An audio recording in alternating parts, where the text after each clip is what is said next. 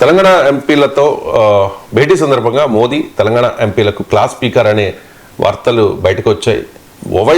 ఓవైసీతో compare చేస్తూ మీకంటే ఆయనే బెటర్గా సోషల్ మీడియాలో యాక్టివ్గా ఉన్నారు అంటూ కామెంట్ చేశారనే వార్తలు వచ్చాయి. దీనిపై కిషన్ రెడ్డి స్పందించారు. సార్, లీకులు ఇచ్చిన వాళ్ళు మెంటల్ గాళ్ళు, సమావేశ వివరాలను బయట పెట్టొద్దని ప్రధాని మోదీ స్వయంగా చెప్పినా పట్టించుకోలేదు, ఆ ఎంపీలు ఎవరో చెబితే చర్యలు తీసుకుంటాము అని కామెంట్ చేశారు. సార్, అంటే సాటి ఎంపీలనే ఆయన అంటూ ఉన్నారు మెంటల్ గాళ్ళు అని చెప్పేసి. ఇంతకీ ఆ మెంటల్ గాళ్ళు ఎవరు? కిషన్ రెడ్డి ఆగ్రహానికి కారణం ఏంటి సార్? ఇప్పుడు మెంటల్గా ఎవరో నాకులా తెలుస్తుంది, ఎందుకంటే నాకు కాదు లీక్. నేను మీరైనా మీడియాలో చదివాము, మీడియా ఎందుకు చెప్తుంది? Journalist has a right to protect the sources.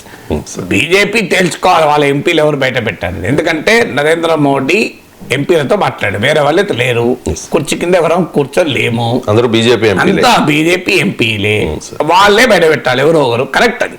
Kishan రెడ్డికి ఆ అసహనం రావడం, కిషన్ రెడ్డి పాపం చాలా సౌమ్యుడు, నార్మల్గా కోపిష్టి గర్విష్టి కాదు కిషన్ రెడ్డి.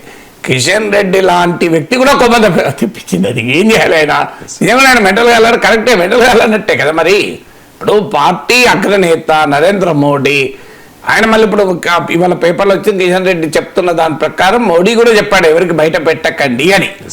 ఇక ఇంతకన్నా ఆ క్రమశిక్షణ రాహిత్యం, క్రమశిక్షణకు మారు పేరని చెప్పుకునే పార్టీలో ఉంటుందా? అదే మీరు ఇంకా కంపారిజన్ చెప్తాను. BJP style Nitin Naveen party working ప్రెసిడెంట్గా చేస్తారు అన్నది ఈ భూమి మీద ఎవరికైనా తెలిసిందా? నో బడి. అంటే ఎంత రహస్యంగా చివరి నిమిషం వరకు ఉంచుతారన్న దానికి మన నేతలేమో, మన అంటే తెలంగాణ నేతలు అంటలే, నేను మొత్తం మీద ఎంపీలు వెళ్ళి మాట్లాడారు.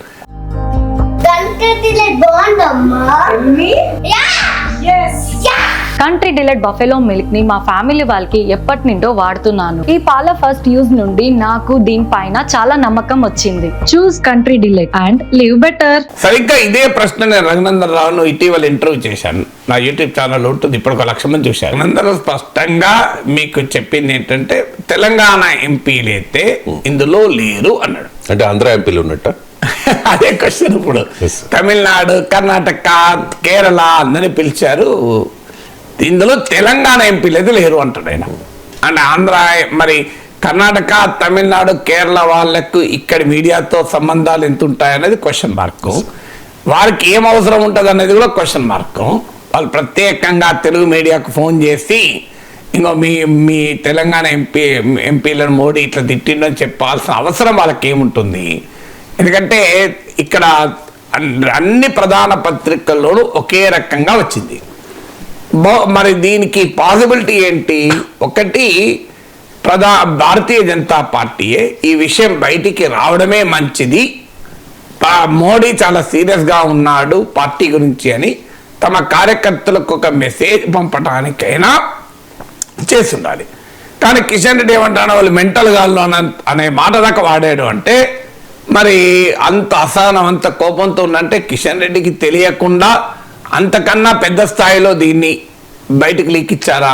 ఎందుకంటే to send a message across, అంటే పార్టీలో బీజేపీ, తెలంగాణ బీజేపీలో ఉన్న అనైక్యత అధిష్టానానికి కూడా చాలా చిరాగ్గా ఉంది.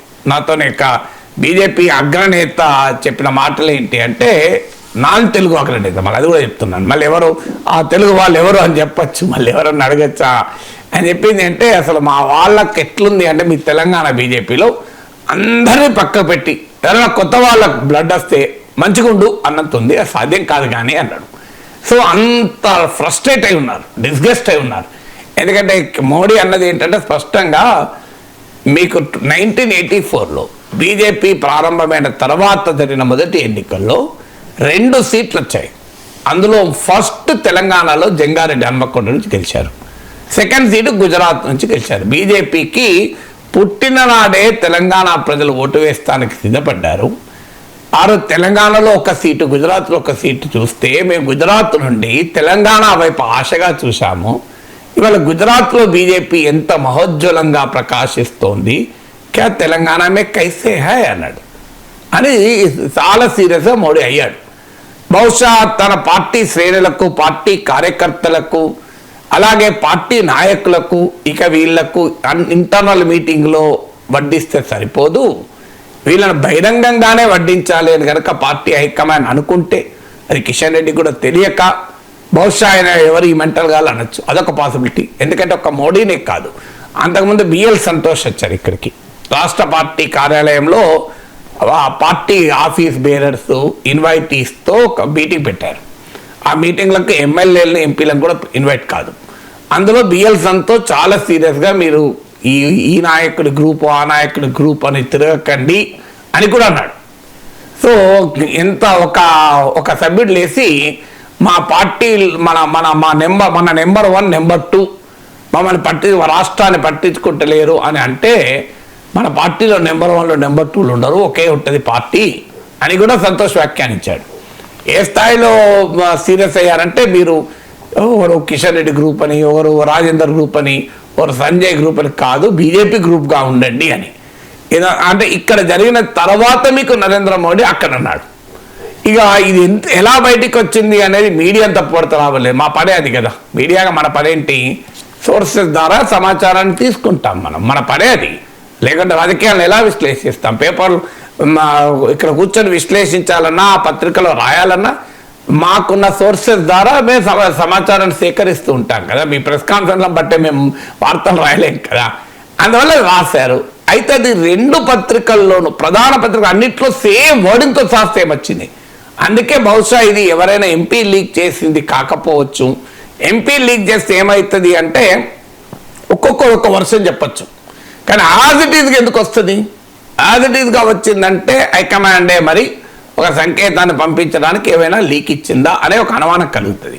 కానీ కిషన్ రెడ్డి కోపం, అసహనం చూస్తే ఎవరిచ్చారని రఘునందన్ రావు చెప్తున్నది తెలంగాణ ఎంపీలు అయితే కాదు, ఆయన క్లియర్. రఘునందన్ రావు ఇది అవుట్ స్పోకెన్ ఎంపీ, అందరికీ తెలుసు. మరి ఎవరు? అందుకని ఆంధ్ర ఎంపీలు ఆంధ్రాను మెచ్చుకున్నాడు, తెలంగాణను వాయించాడని. అంటే అర్థం ఆంధ్రప్రదేశ్లో బీజేపీ ఇంతకన్నా బాగుందని కాదు ఉద్దేశం. ఏంటంటే తెలంగాణలో అవకాశాలుండి వదులుకోవడం లేదని. సో అవకాశాలే లేని ఆంధ్రప్రదేశ్లో గురించి ఏముంటుంది, ఆడ సార్లే ఈ మేరకు సరిపోతుందిలే అని. సో ఇంటర్మీడియట్ పాస్ అవుడే ఎక్కువ అనుకున్న పాస్ అయినా ఆనందపడు వేరు, ఐఐటి వస్తుంది అనుకున్న వారికి ఐఐటి రాకపోతే అని అడగడం వేరు, రెండింటిపై తేడా ఉంటుంది కదా. సో అందువల్ల తెలంగాణ ఎంపీలు మేమైతే కాదు అని రఘునందరావు అంటాడు.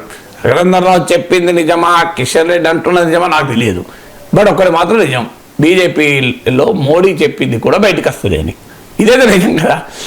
మోడీ లాంటి నాయకుడు చెప్పినా, ఎవరికి చెప్పొద్దని అన్నా అది మాత్రం బయటకు వస్తుంది. అంటే what is happening in BJP అనే ప్రశ్న ఆ ప్రశ్నతో మొదలైంది కదా, ఆ ప్రశ్నతోనే ఎండ్ అవుతుంది, అంతులేని కథ.